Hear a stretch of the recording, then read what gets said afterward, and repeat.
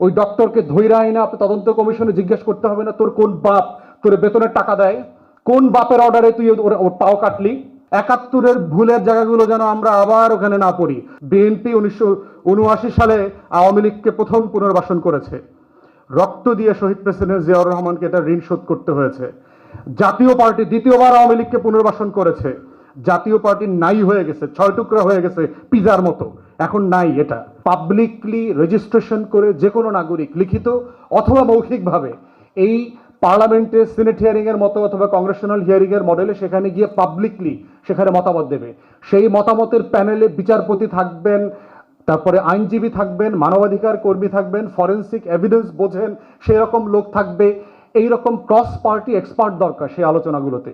এই ভেন্টিলেশন যদি করতে না দেয় তাহলে যে ন্যাশনাল দায় আছে, এবং এগুলো হয়েছে সারা পৃথিবীতে, আফ্রিকাতে হয়েছে, সাউথ আমেরিকাতে হয়েছে, ২-৩ বছর ধরে এই কষ্টের গল্প গিয়ে মানুষ বলেছে তাকে কিভাবে নির্যাতন করা হয়েছে, কিভাবে গুম করা হয়েছে, খুন করা হয়েছে, টাকা লুটপাট করে নেওয়া হয়েছে।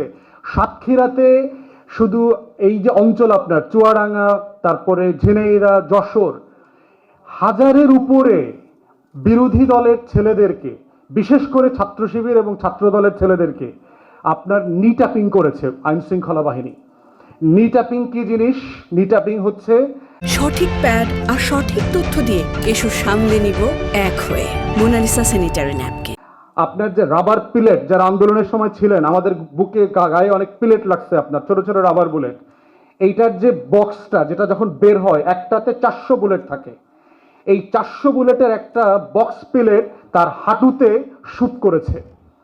হাঁটুতে যখন এটা শুট করে এই হাঁটুর প্রত্যেকটা হাড় গুঁড়া হয়ে সিম্পলি পড়ে যায়।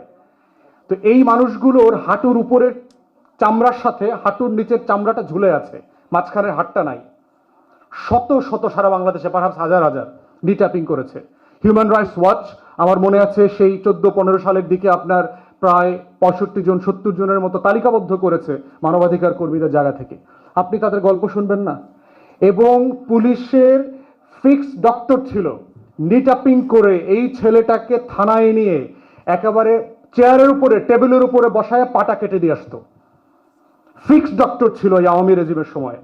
ওই ডক্টরকে ধইরা আইনা আপনি তদন্ত কমিশনে জিজ্ঞেস করতে হবে না তোর কোন বাপ তোর বেতনের টাকা দেয়, কোন বাপের অর্ডারে তুই ওর পাও কাটলি। থানাতে বসে কোনো ডক্টর কি সার্জারি করতে পারে? কারোর হাত পাও কাটতে পারে? তাহলে এই গল্পটা ওই ওই ওই অসুস্থ ছেলেটা, ওই পঙ্গু ছেলেটা কার কাছে বলবে, কোথায় গিয়ে বলবে? সে রাষ্ট্রের কাছে একটা অভিযোগ দিতে চায়।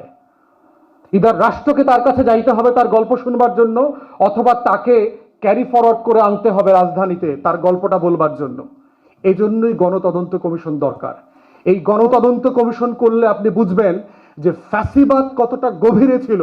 এবং সারা দুনিয়াতে যে আমরা বলছি যে বাংলাদেশে যারা আওয়ামী লীগ করে, জাতীয় পার্টি ১৪ দলের এই ফ্যাসিবাদী কার্টেলে ছিল, তারা সিম্পলি হিব্রিস সিনড্রোমে সাইকোপ্যাথ, বাঞ্চ অফ সাইকোপ্যাথ। ওদেরকে তো চিকিৎসা করতে হবে। হেফাজতের আলেমদের সামনে এসে এরা তওবা করবে, তাদের তাদের ভুল স্বীকার করবে, আর কোনোদিন আওয়ামী লীগ করবে না, এই শর্তে তারা এই বাংলাদেশের সমাজে থাকবে, ভোট দিবে, খাবে, উন্মুক্তভাবে চলাফেরা করবে। অতএব জুলাই বিপ্লব, জুলাই গণ অভ্যুত্থানের জায়গা হচ্ছে বিচার, অতীতের সাথে দায় স্বীকার করা।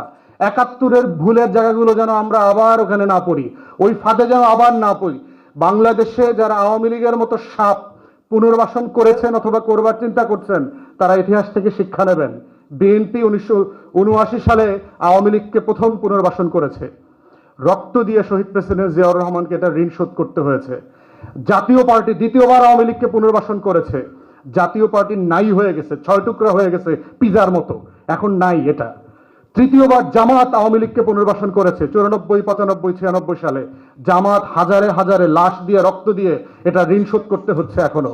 চতুর্থবার আওয়ামী লীগকে পুনর্বাসন করেছে 111-এর সরকার, সিভিল এবং মিলিটারি ব্যুরোক্রেসি। আমাদের টোটাল ব্যুরোক্রেসিকে নাই করে দিয়েছে ভারত এবং আওয়ামী লীগ। অতএব যারা আওয়ামী লীগের মতো একটা গোখরা সাপকে, একটা কোবরা এবং কুমিরকে পুনর্বাসনের রাজনীতি করছেন, তাদেরকে ইতিহাসে ফিরে যেতে হবে। ইতিহাসের নোট বইগুলো দেখবেন, আপনারাও কিন্তু গোখরা শাকের কামড় থেকে বাঁচতে পারবেন না। অতএব ভেরি কেয়ারফুল। জুলাই রেভলিউশন হচ্ছে শত্রু মিত্র চেনার রাজনীতি। জুলাই রেভলিউশন হচ্ছে লাল সবুজের পতাকার বাঁচিয়ে রাখার রাজনীতি।